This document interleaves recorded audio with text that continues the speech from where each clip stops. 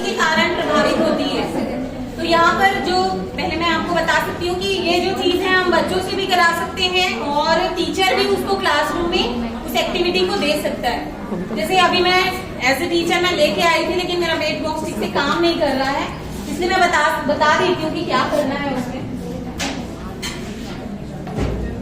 गिर गया तो इसका काम करना बंद कर दिया, तो मैं जैसे ऐसे ही बता रही हूँ कि सबसे पहले जैसे टीचर इस कॉन्सेप्ट को कि लिफ्ट में स्थिर रहेंगे, जब लिफ्ट नहीं मूव कर रहा है तो जो वजन है वो जितना व्यक्ति का वजन है उतना ही शो होगा।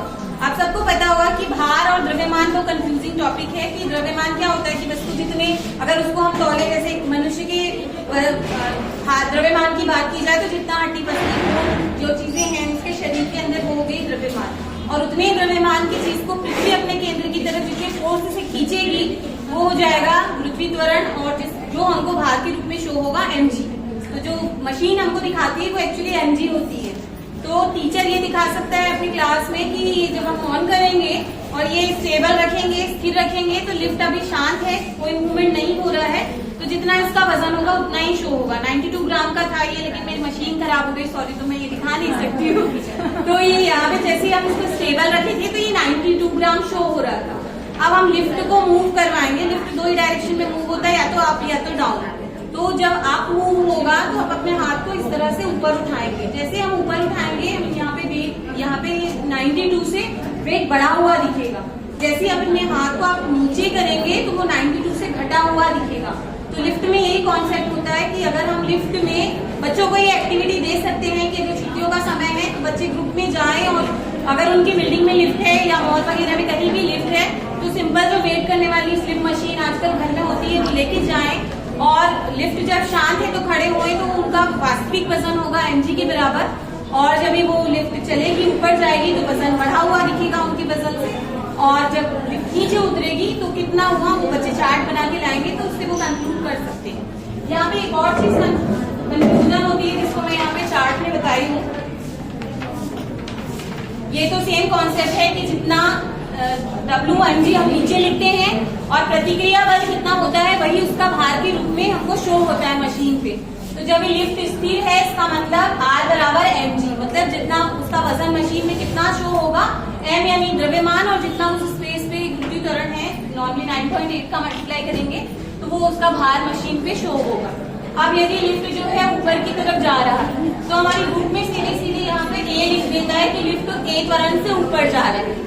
फोर्स के बारे में हमको कुछ पता नहीं चलता है, तो लिफ्ट जस्ट मूव करता है जैसे कि पुली होती है तो कुएं से पानी निकालने वाली है ना, एक हिस्से से हम बल लगाते हैं और एक तरफ से वो बाल्टी जो है ऊपर नीचे मूव होती है।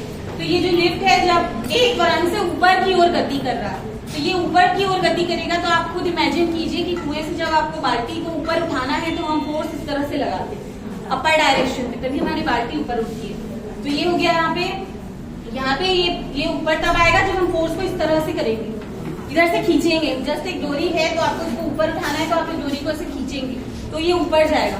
तो लिफ्ट के ऊपर की गति के समय फोर्स कहाँ लग रहा है? नीचे की तरफ, और फोर्स नीचे की तरफ है तो त्वरण किधर है? A। बुक में सीधे A शो किया है, F को कहीं भी डिनोट नहीं किया है। तो F किधर हो गया आपका? नीचे, ये लिफ्ट के मूवमेंट के कारण। तो इसके कारण ये A जो एक्सेलरेशन है जो ऊपर की तरफ है कि लिफ्ट ऊपर जो चल रहा है A से, तो फोर्स कितना हो जाएगा? इस A के मूव करने की वजह से फोर्स हो जाएगा नीचे MA। फिर R बराबर क्या हो जाएगा? mg plus MA। जो लिफ्ट के त्वरण की वजह से जो फोर्स था उसके डायरेक्शन को बुक में नहीं शो हुआ है, तो वो चीज हमारे यहाँ से शो हो जाएगा कि ये R इक्वल टू नीचे के दो बल, नीचे के दो बल है mg और MA, mg प्लस MA। तो R equal to mg plus MA। तो हमारा जो वेट mg था वो MA से बढ़ गया, यानी मशीन में आप जब ऊपर चलेगी लिफ्ट तो वेट क्या होगा? बढ़ा हुआ दिखेगा। जस्ट अपोजिट अगर ये नीचे की ओर जा रहा है, लिफ्ट नीचे जा रहा है तो नीचे के लिए ये रस्सी कहाँ जा रही है? ऊपर, तभी तो ये नीचे आएगा। तो यहाँ पे फोर्स का डायरेक्शन क्या हो गया? ऊपर, मतलब MA क्या हो गया? ऊपर, और MA ऊपर हो गया यानी R plus MA is equal to mg, यानी R is equal to mg minus MA। तो जो द्रव्यमान था वो क्या हो जाएगा? जो भार था वो क्या हो जाएगा? घट जाएगा। और जब हम आते हैं कहाँ पर? फ्री मोशन, यानी कि मुक्त पतन। जब अगर कभी केबल कट जाए या जब कट जाता है तो हमारी लिफ्ट जो है नीचे की तरफ गिरेगी, केबल कटेगा तो वहां पर वो पृथ्वी त्वरण के कारण जी त्वरण से वहां पर जो यहाँ जो ए था वो जी में कन्वर्ट हो जाएगा। तो जब जी में कन्वर्ट होगा और नीचे की तरफ गिरता है तो यहाँ क्या था mg माइनस एम ए, ये ए हो गया जी के बराबर, मतलब mg माइनस mg यानी कि 0। तो उस कंडीशन में जो वेट मशीन अगर आप उस पर खड़े होंगे, वैसे तो काट नहीं सकते हैं लेकिन इमेजिनेशन की बात है कि अगर वहां पर वो कट गया अचानक से लिफ्ट और मशीन पे आप खड़े हुए हैं तो यहाँ पर आपको वेट जो है mg माइनस mg के कारण 0 शो होगा और यही स्थिति कहलाती है भारहीनता की स्थिति।